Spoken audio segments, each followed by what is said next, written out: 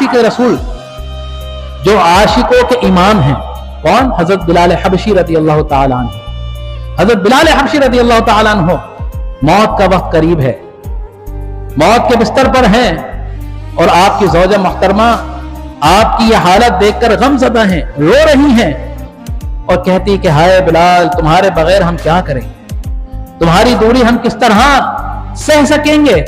लेकिन उधर देखिए हजरत बिलाल रज़ी अल्लाह ताला अन्हु खुश हैं, मुस्कुरा रहे हैं, जश्न मना रहे हैं।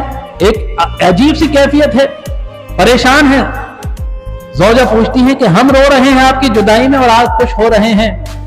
तो हजरत बिलाल हबशी रज़ी अल्लाह ताला अन्हु का जवाब सुन लीजिए कि ये मौत नहीं है, ये दरअसल ये बहाना है मेरा और हुजूर अलैहिस्सलातु वस्सलाम की ज़ियारत का, कि एक आशिक को अपने माशूक की ज़ियारत नसीब होगी।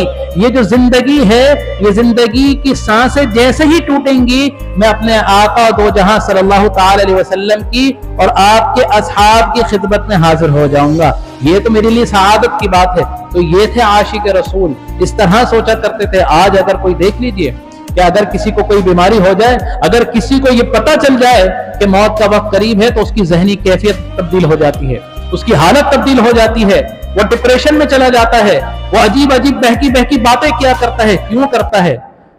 क्योंकि उसके पल्ले कुछ नहीं है।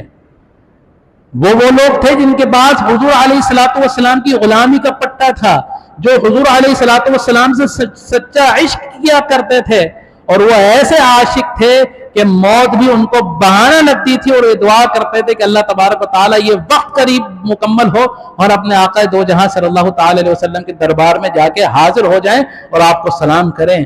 तो लिहाजा मौत तो आनी है, मौत तो सबने आनी है, किसी को किसी मौत से कोई छुटकारा नहीं है। जो थे चले गए, आज हमने भी कल चले जाना।